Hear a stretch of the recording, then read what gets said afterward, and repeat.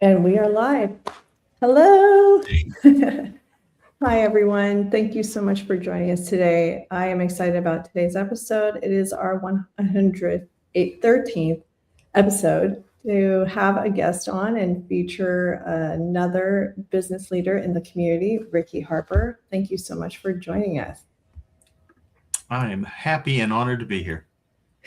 So for those of you who are not familiar, CityClips is all about North Florida business and tech.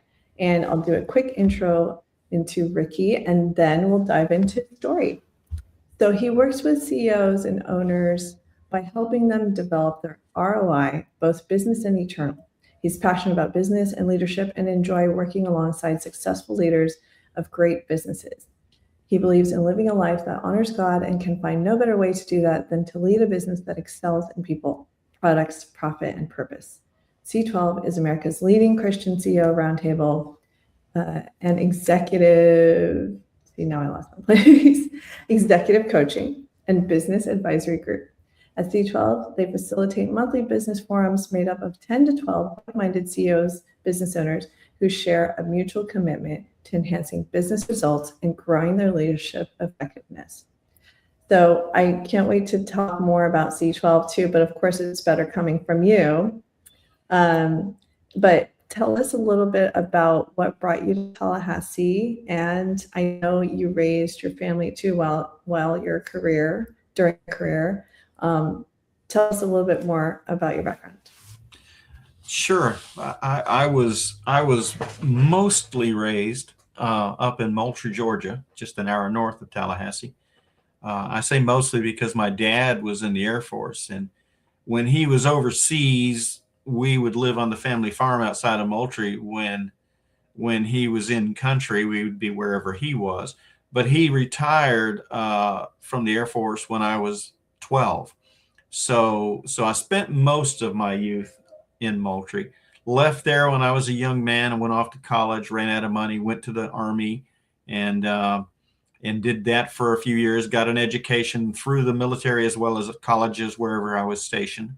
So I have a MUT degree, and I then joined GE Healthcare as an engineer, and I spent 29 years at GE, 19 years working on CAT scanners, MRI, and that kind of thing, and then another almost 10 years in management, and retired from GE in '09.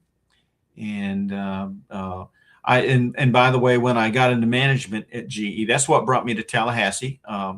They told me I could live anywhere in the territory that I was going to manage, and Tallahassee was part of it. And part of the draw was my wife and I wanted to get closer to parents, who all four of our parents were still alive. They all lived up in Southwest Georgia, and so we felt so blessed that even though they're all four gone now, we were here. We were relatively close, as opposed to driving all the way from Jacksonville over to Southwest Georgia, which is much longer, obviously. So yeah, that's what brought us here. That's how we got here, and so we've been in Tallahassee now since 2000. Oh my goodness, that's like what, 26 years now. Yeah, 26 years. Yeah. Yeah, like original to me that counts as original now Tallahassean, like just original Tallahassee. Well, Seen a lot of change. I don't consider Tallahassee home, but I was raised just 50 miles north of here.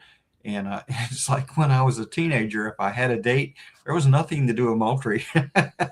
So we would come down to Tallahassee to watch a movie or something like that. So Tallahassee's been a part of my life, most of my life. So Yeah. And so with your background in the corporate world and then here now in Tallahassee and everything, and when you saw, I'm sure it was much smaller back then, and now it's grown to, I mean, it's still growing. So what are you seeing that's all the positive? Because we might see more negative things around, in town or on social media or whatever. I like to highlight the positives. What are you seeing that's exciting about Tallahassee's growth? I love the technical nature of a lot of the growth, obviously driven by the technology center and the Mag Lab, And given and I have a little bit of a heart for the Mag Lab because I worked on MRI, clinical MRI systems for years, a Yeah. little bit familiar with that world. So I love seeing the innovation that's going on there. I love seeing. I was at a NEBA event recently where somebody, I forget who, was talking about some of the new technology that's coming to Tallahassee as a result of MagLive. A research environment brings in some of the best and smartest people, obviously. And so I think that's really cool. But I'm also going to switch up on you. One other thing I just love about Tallahassee, when I moved here, this was not true. It is true now, and that is Tallahassee has a lot of really good restaurants. 20 Yes. it didn't. I remember thinking when we got here, it's like, to be a capital town, there ought to be more great restaurants, and there were a few, but now there's lots of them, and that actually, I was thinking about that. That actually might be more of a product of the internet than anything else, because anybody can do a review on a restaurant. So the restaurants that consistently get poor reviews are probably all gone. So that may be the result of that, but that is one thing I like about Tallahassee now. So when you decided to get into leadership or, joining C12, like what Mhm. kind of made you what inspired you to do so? Besides, Yeah, I believe your faith had a lot to do with it. But yeah, go ahead. yeah. So I found myself in 2009 retired from GE. I was still a relatively young guy, 54, I think, or something like that then, and I was trying to decide what to do with my life, and because I had plenty of time to work, and even now I'm 69 now, and I have no desire to retire. Uh, so I needed to do something that fed my desire to help people. I had come from the healthcare world, and and that's a world where you're helping people ultimately in some way, and so I needed that. So I was sitting with a friend one day and having lunch, and I was saying, what do I do? What do I do? And he looked at me. He says, "Oh, you have the number one qualification for consulting." And immediately I got all pumped up, and I was like, "Oh, wow, really? What's that?" I thought he was going to tell me some great wisdom. He said, "You have gray hair." so, so I thought about that. I thought, you know what? He's right. I have, if nothing else, I have experience, and that might even mean a little bit of wisdom. So let's see what I can do. So I started consulting, and I did that often. I did it with 2 or 3 different companies, different gigs that I got. I did a little bit of it as an independent consultant. I did some of it as a contractor to another consultant and that kind of thing. And I really enjoyed consulting. Consulting's a lot about research. Sometimes you're thrust into a job as a consultant where you may not necessarily be an expert, but you're being hired to be the expert. So what do you have to do? First, you have to go learn all you can about that. And I love learning and I love research. And so I thrived in that world. When I did a stint running division of corporations for the Department of State for a couple of years at the end of the consulting thing. And after I left that and I got back and I said, okay, here I am now. I'm almost 60. What am I going to do? And I thought about it and I prayed about it and I realized I love consulting. I love mentoring. I loved coaching. I loved just helping people. I had amassed a pretty good background in business. I had worked in both private sector, public sector, and in consultative roles in both sectors. I'd seen a lot. So I started looking for something where I could take the success that I had and turn it into significance in other people's lives. And I like teaching. And so I looked at business coaching. And in fact, there was a franchise, a business coach franchise that was possibly going to be coming up for sale. And I looked at that, didn't really float my boat. It looked like it was too much just putting out fires and the basics, and that kind of thing. And that didn't thrill me. And I kept looking and I was trying to decide what to do. And I got invited to go give a speech at a local church. They were doing a seminar on what it means to be a Christian in the workplace and how can you navigate those two things and are they compatible? And the pastor was somebody that knew me and knew my background, and so he asked me to speak, and so I did. So I sat there and I spoke. I met one of a really good friend in that. That ultimately he was the mayor of Destin. He became a state legislator, and now he's a Okaloosa County commissioner and a good friend. But he was one of the speakers. But the other third guy that was a speaker was a C12 chair. Well, I'd never heard of C12. And Julia, I sat there listening to that guy, and I thought, I want his job. But at the end of it, there was a crowd of people talking to him and a crowd of people talking to me, and he was gone before I had a chance to talk with him. And I was thinking that it was just something he was doing. I didn't realize this was a national company. He had failed to make that clear. About 3 weeks later, a friend of mine called me up and he said, "Hey, Ricky, have you ever heard of C12?" I said, "Well, yeah, I have. I bumped into a guy that does," and I'll never forget this. He said, "God laid you on my heart and said, you need to be a C12 chair." And so I'm relaying the message. And that's why I'm here, Julie. I started looking into it, started praying about it. I realized what it was, that it combined the mentoring, the teaching, the coaching, facilitating, which is something I was actually a trained facilitator in GE.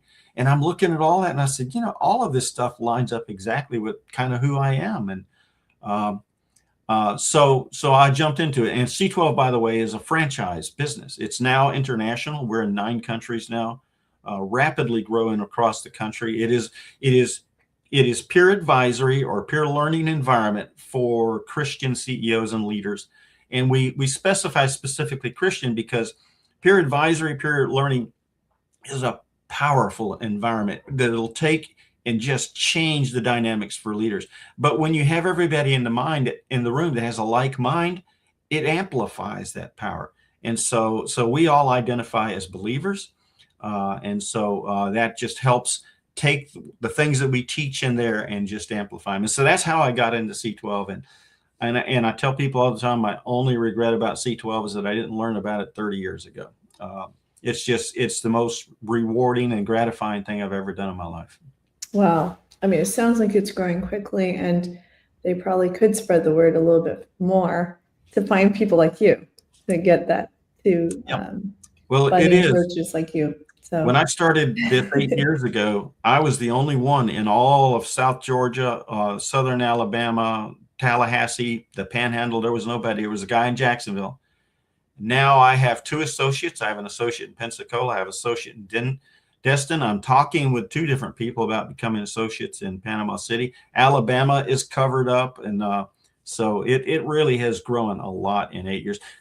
Leaders are hungry to insert themselves in a room with other leaders. You learn from that. It's a growth environment. It's all about learning how to better business acumen, better business leadership, better culture development, and all that. And that's what we focus on. And so C12 is like I said, rapidly growing. But I think the industry is rapidly growing too.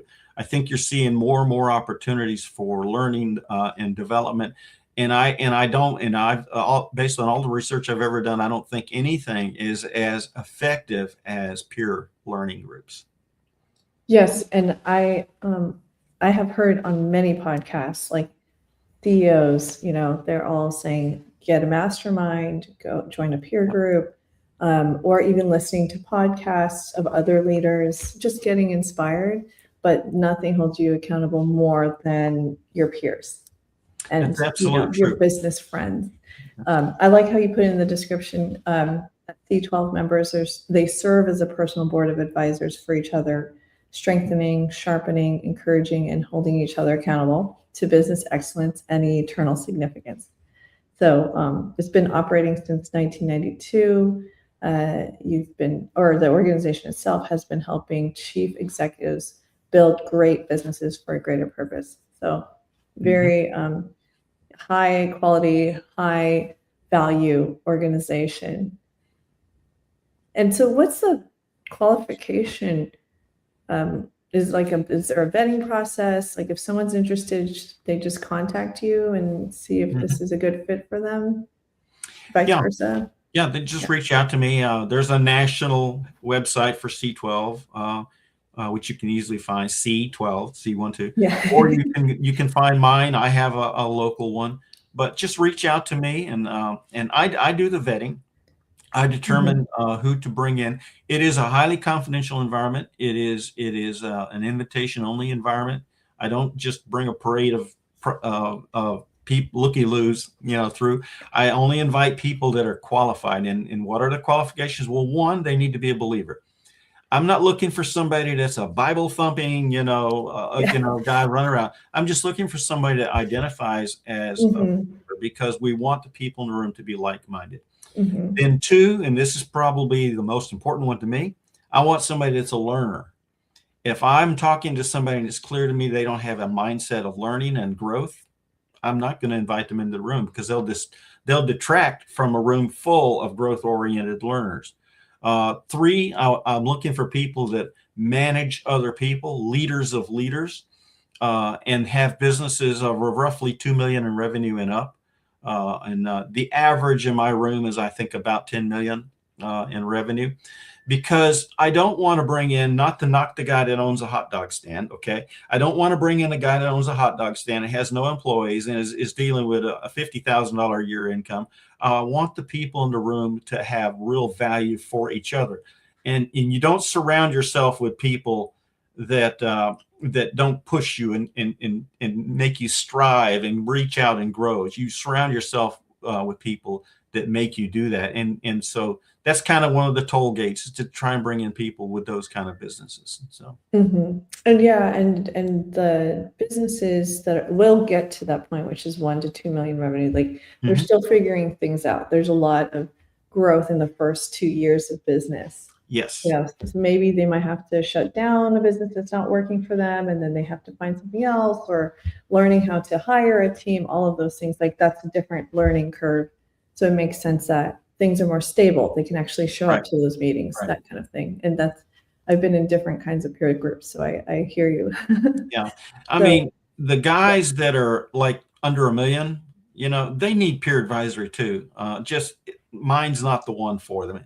And I right. and I've thought, and everybody that does what I do has a heart for people like that, and we would love to do that, but we can't dilute what we do and what we do well by trying to Mhm. be something for everybody. So we have a Right. focused area. Now, with that said, Julia, I have a couple of people in some of my groups that are a little under 2 million.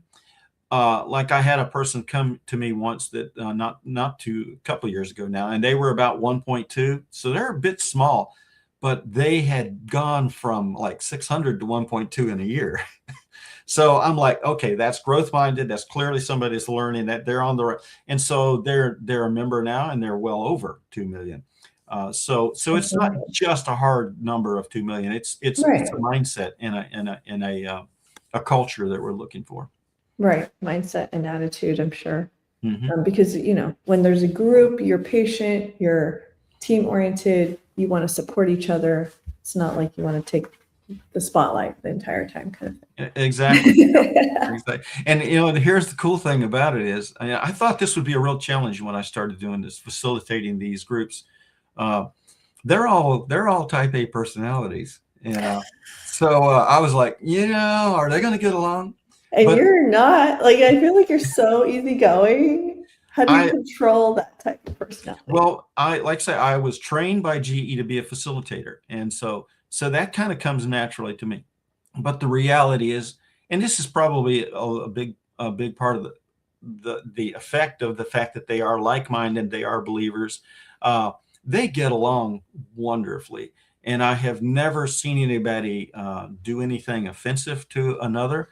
Instead, what I see is that they're readily investing in each other. We talk all the time about truth and love, and that's a biblical concept. We want to give each other truth. If the truth is, hey, what you're doing in your business is going to hurt it, you need to hear that truth, but it has to be delivered with love. And that might be the difference between C12 and some of the other peer groups, where you might get truth, but it could be delivered a little bit harshly. So, That's true. but the reality is, we all need truth, don't we? We Mhm. need people pushing us. We need people challenging us to think. We need people challenging our thinking.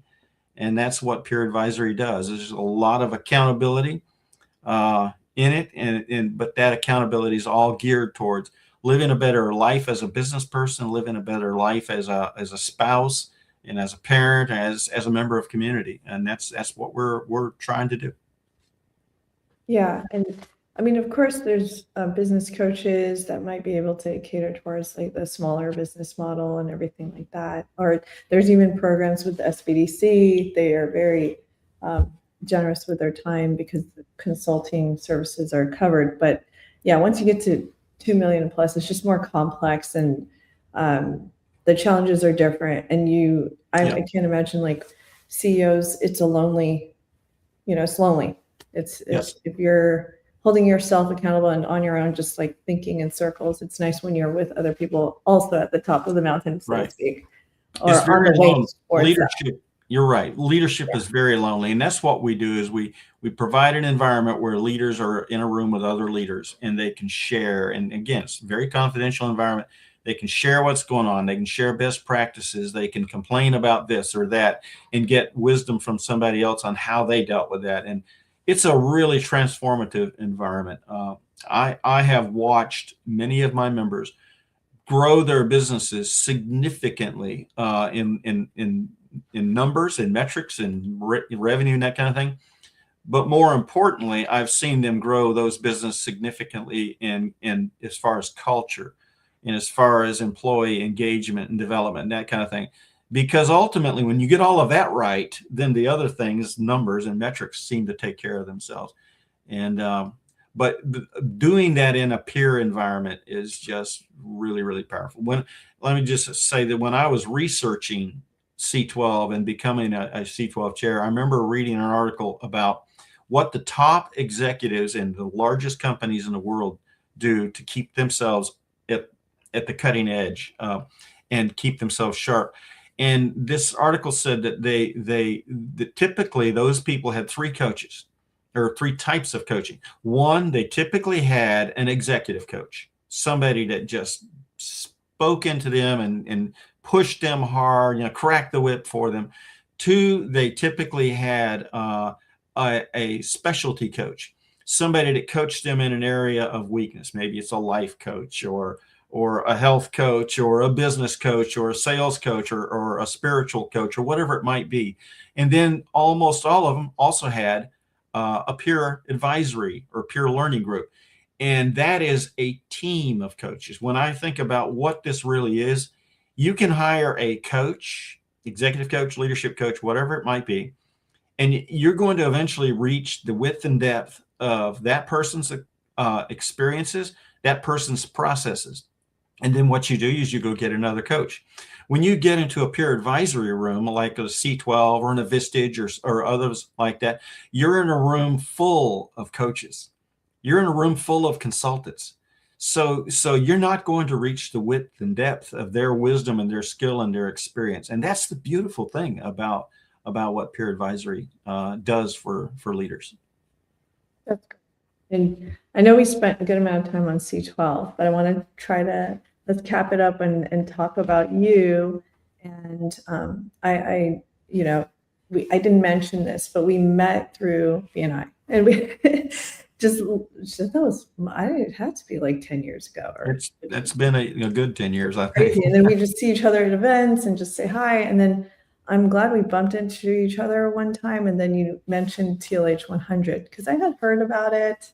For those of you who are not familiar, Tallahassee 100 Club is a great small community. It's a social club, and it's invite only as well. And the focus is to just support one another in friendship and just have fun together. And Ricky invited me to visit, and I just felt great about it. It's a great group of people. So appreciate Ricky being my sponsor to join, and this year inducted this year. And so this is like our unofficial first episode of TLH 100 guests. But yeah, no, and I remember when we had coffee, you talked about like, your family, you raised your kids here. I'm sure, hopefully, do you have any in town? I know some of them are out of town, right? They're No, yeah. all over The the place. the closest is up in Albany, Georgia, so not too far away. Okay. And he has an adopted son, so that's our closest grandson. But our youngest son, we only had two boys. Our youngest son lives in Maine, and they've got a Right. 4-year-old and twin 3-year-olds, and so It's harder uh, to travel. I'll admit, when I look on Facebook and I see pictures of them having a great time with her parents, I just hate those people. Because you're It's jealous. like, that's my grandkids. Oh, yeah. But yeah, so they have a beautiful family up there, and so yeah. Yeah. No, hopefully maybe when he misses the sun a little bit, he'll come down and visit just once. Maybe take one trip. Yeah, I think he does, but she was raised there in Maine, and so she's pretty happy there. So So just with the few minutes to wrap up, because you have so much experience with people and leadership, I would love for you to end with advice, like to whoever you feel like you can give advice to. well, certainly. Well, my days are typically filled anymore with working with leaders of leaders. That's what I do. So the wisdom will come from that perspective. Uh, One, I would leave you with 5 real quick things. One, if you're a leader, lead with an open hand. Don't be the leader that feels like you've got to hold people like this because they might leave you. I would suggest that you lead them so that they will lead you, because when you do that, you're going to make better leaders, better people. You're going to make an impact in their life that's positive beyond having a job. And that, I think, is a leader's responsibility, is to care for people. In fact, Simon Sinek says leadership is not being in charge; it's caring for those in your charge. 2, be willing to be held accountable. Get an accountability partner, somebody that you can spend time with regularly, that will push you and hold you accountable to the things that you need to do. Be a lifelong learner. Albert Einstein said, when we stop learning, we start dying. And I believe there's great wisdom in that. Be a lifelong learner. Don't feel like, well, I've quit, I've retired, or whatever, I'm going to stop learning. Keep learning.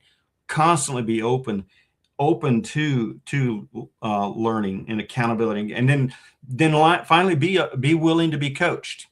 People that get into athletics and go to, say, the pros, don't stop getting coaching. They're the best in the world, but they still get coaching. And you, as people that are business owners, business leaders, have to get coached. Warren Buffett says, you are the most important asset in your business. Invest in yourself. Leaders that don't invest in themselves and personal and professional development are really missing the boat. And then the 5th thing I'd say is, if you don't know Jesus, I would recommend you look into Jesus, because he is an amazing guy to have a personal relationship. There's nothing more satisfying in my life than my relationship with God. And so that's the 5 things I would leave you with. Wow, you were so prepared. I didn't even give the questions ahead of time. It was, of course, that's a leader. Well, thank you so much, Ricky. I appreciate you taking the time and your patience with everything, getting set up. And one thing, because we have a few minutes left, and I know I was a few minutes behind to get started. So what would you say about Tallahassee for anyone who maybe they only have one day to visit? What do you recommend that they go check out if they want to come for one day? Wow, that's the Canopy Roads. Take your time. Canopy Roads. I'm a car guy. I love to get in my hot rod and go driving on the weekends. I love all of the Canopy Roads and just the countryside all around Tallahassee. Tallahassee is a wonderful town. There's so much to see and do here. People say there's nothing to do here. I don't know what they're talking about. They don't know. I just love the Canopy Roads and just getting out into the countryside. Maybe take a jaunt down an old dirt road, just see where it goes. Yeah, you mentioned you were working on a car. Like, that's what you love to do for fun. Yep. I spent years racing, and in fact, you see my helmet, my retired helmet over my shoulder. And I have a replica, not an original. I'm not a rich man, but a replica Shelby Cobra, 427 Cobra, and I have a lot of fun on those canopy roads. That's so cool. Okay, restaurant. Let's end with that. Like, what's your favorite restaurant? I love Kush's. Oh, Yeah, I've been going to Kush's since they opened right after I got here, and there's a lot of great restaurants in town. But just yeah. Kush's, the food, the quality of the food, the different things they make are fantastic. I really enjoy It's Kush's. I can't believe I haven't even tried it yet. And it was recent that I heard about them when they were featured by Guy Fieri. I think he Yeah. didn't they get featured? Yes. I now you just put that now I'm hungry and I'm gonna have to check it out and I'm gonna have to get my friend to go there with me. Have their crawfish etouffee. That's my favorite dish there. Or go there for breakfast and have their biscuits and gravy. They have this red sauce gravy that is just yeah, it's amazing. That sounds amazing. Well, thank you so much, Ricky. This was awesome, and 30 minutes fly by. Eventually, somebody's going to convince me to start doing an hour with everybody, but I would love to have you back on again. So thank you for doing this. Thank you, Julie. It was an honor and pleasure. I always like talking with you. I Thank you. know. All right. I'll see you on the other side. All right. Bye.